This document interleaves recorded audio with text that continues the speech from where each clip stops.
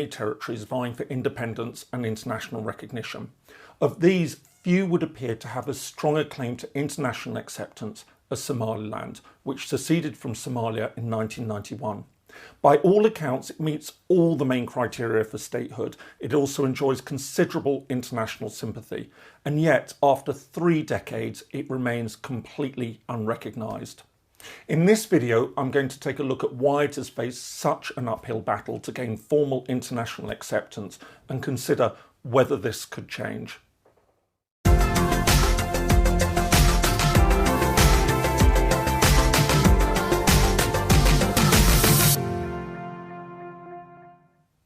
Hello, my name is James Kerr-Lindsay. Welcome to Independent Thinking, a channel dedicated to international relations, statehood, independence, and the origins of countries. Somaliland has emerged as one of the most interesting cases of secession in modern international politics. Lying in the Horn of Africa on the coast of the Gulf of Aden, it has effectively existed as a fully independent entity for the past 30 years. And yet, while it maintains strong relations with a number of countries, all its efforts to persuade the international community to recognise it have failed. So why has it faced such a struggle to be accepted? The territory first emerged in the late 19th century when the area fell under British colonial rule, becoming the British Somaliland Protectorate in 1884. This set it apart from neighbouring Italian Somaliland to the east and the south. As Britain retreated from its empire, the decision was made to grant the territory independence, and on the 26th of June 1960, the state of Somaliland came into existence. It was immediately recognised by over 30 countries, including the United Kingdom. However, the new country was short-lived. Just days later, on the 1st of July 1960, the Italian-administered Trust Territory of Somaliland became independent and the two countries officially merged to form the Somali Republic. Despite the initial jubilation at unification, it quickly became an unhappy relationship. In 1961, a new constitution was passed, despite having been opposed by Somaliland voters, that effectively downgraded Somaliland by making it an autonomous province of the Republic. In the years that followed, this resentment grew as Somaliland became increasingly marginalised by the Somali central government in Mogadishu. This sense of alienation increased after Somalia fell under the dictatorial rule of General Siad Barre following a coup in 1969. In the late 1980s, the central government viciously put down an uprising in Somaliland, resulting in the deaths of many tens of thousands and the heavy bombing of the province's capital, Hargeisa. In January 1991, Barre finally was overthrown by clan forces from across the country, including Somaliland. However, rather than usher in a new period of stability, it instead led to a civil war in the south of the country. As the rest of Somalia descended into conflict and anarchy following the collapse of the central government in Mogadishu, Somaliland seized its opportunity to break away.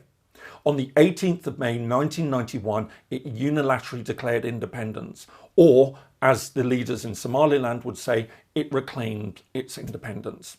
In the 3 decades since it seceded from Somalia, Somaliland has managed to consolidate its position, so much so that it is now widely accepted that it meets the criteria for statehood laid down by the Montevideo Convention.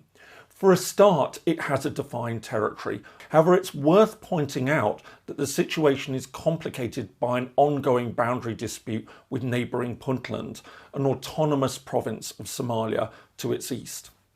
On top of this, a secessionist movement has emerged in eastern Somaliland that seeks to break away and unite with Somalia, albeit as a separate entity from Puntland. Notwithstanding this rather confusing situation, Somaliland nevertheless meets the territorial requirements for statehood. Secondly, it also clearly has a settled population. According to most recent estimates, the current population of Somaliland is in the region of 3.5 to 4 million people. Thirdly, it has a government. Indeed, this is one of its key selling points. In stark contrast to the political chaos that has existed in Somalia for much of the past 30 years, Somaliland has long been a bastion of calm and stability. Crucially, its government is also fully independent. There's no suspicion that it's merely a proxy for another power. On the fourth criteria, the ability to enter into relations with other states, the situation is especially interesting. Somaliland enjoys greater international acceptance than many other wholly unrecognised states. As well as enjoying good relations with its neighbours, it has established representative offices in the United States, as well as a number of European and African countries. Although it has to be stressed that these actually have no formal diplomatic status. Interestingly, it has particularly close ties to Britain. As well as providing aid to Somaliland, British officials often meet with Somaliland leaders both in London and in Hargeisa. Perhaps the most significant of these meetings came in January 2019, when Gavin Williamson, the then British Defence Secretary, paid an official visit to Somaliland and met with the President, the Foreign and Defence Ministers, as well as senior members of the Somaliland Armed Forces. However, balanced against this, London continues to insist that it does in fact recognise the territorial integrity of Somalia. On top of all this, Somaliland also maintains many of the other trappings of statehood, including its own flag, its own currency, and of course its own armed forces. It even enjoys direct flights to neighbouring countries such as Ethiopia, Kenya, and even Dubai, making it actually relatively accessible. So why hasn't it been recognised? In truth, and somewhat paradoxically, it's actually both easy and hard to explain. One thing that's worth highlighting from the start is that its previous independence actually tends to have little bearing on the discussion in any formal sense. Under international law, a territory that voluntarily gives up its independence to join another country doesn't in fact have a right to reclaim its statehood at will. I'll take a look at this important point, which has impact on all sorts of other disputes, including Scotland and even Texas, in a future video. In the meantime, to this end, even though it has become an important moral argument that is heavily pressed by Somaliland leaders, its previous independence doesn't in fact carry as much weight as many would want. That said, in other ways, the traditional rules concerning secession don't quite seem to apply to Somaliland in the same way that they do elsewhere. Somaliland hasn't really faced the opprobrium usually reserved for unilateral secession in international politics. Maybe this is because it was once an independent country and isn't actually a case of invasion and occupation by an external actor, as is the case in many other instances. Indeed, it's long been tacitly understood that, for a variety of reasons, it does seem to amount to a rather special case. This was made clear when, in 2005, the African Union sent a fact-finding mission to Somaliland. In its final report, the mission recommended recognition. Highlighting the steps that the country had taken towards becoming a modern state, it noted that Somaliland's situation was unique and self-justified in African political history. Therefore, the case should not be linked to the notion of opening a Pandora's box. This was highly significant as it seemed to offer Somaliland a path to eventual full international recognition, at least at the time. The view emerged that if the African Union was willing to accept Somaliland's independence, then others would follow suit. However, despite this steer from the African Union's fact-finding mission, the countries of Africa were unable to reach a consensus on the issue. As a result, Somaliland remained unrecognised in the years that followed. So, a decade and a half later, is there still a chance for it to be recognised? On balance, it would seem not, at least not anytime soon. On the one hand, it doesn't seem that much has changed in its favour. Clearly, the long-standing nervousness about redrawing borders in Africa remains an issue, despite the view in the report that it wouldn't open up a precedent. Meanwhile, in other ways, things have actually worked against Somaliland. Many Western countries, including the United Kingdom, will no doubt be worried about the effects of independence on the significant efforts that have been made since 2012 to stabilise and rebuild Somalia. There's quite clearly a fear in many quarters that if Somaliland is allowed to go its own way, other parts of the country will try to follow. This fracturing could make tackling long-standing problems of warlords, terrorist groups and piracies in Somalia even more difficult. Indeed, in recent years, there have been efforts to try to bring the sides into formal peace talks. This seems likely to continue into the future.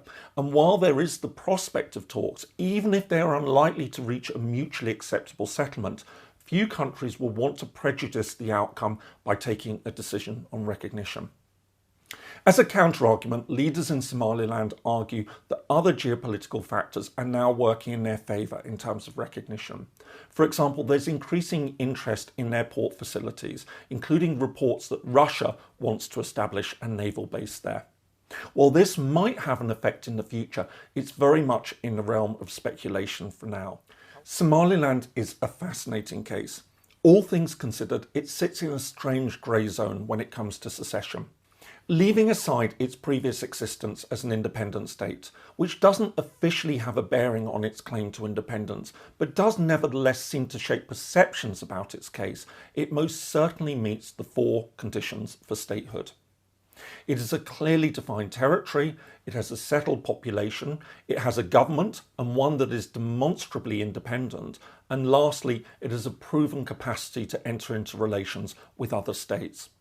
For all these reasons, one doesn't detect the same sort of hostility towards independence for Somaliland as exists in other cases of secession. Indeed, many seem to tacitly understand its case for statehood and probably sympathise with it given the state of the rest of Somalia. As things stand, it seems to be held back by a combination of African concern about secession and by wider Western concern about Somalia's stability. Ultimately, Somaliland's biggest problem has not been strong opposition to its existence as an independent state, as is the case in many other examples of secession. Instead, as is highlighted by its engagement with the outside world, its real problem has been international concern about the implications of formally recognising that independence. If you found that interesting, here are some other videos on other disputes that you might find interesting. And please do like, subscribe and share the video if you enjoyed it, as it does help the channel. Many thanks for watching and see you again soon.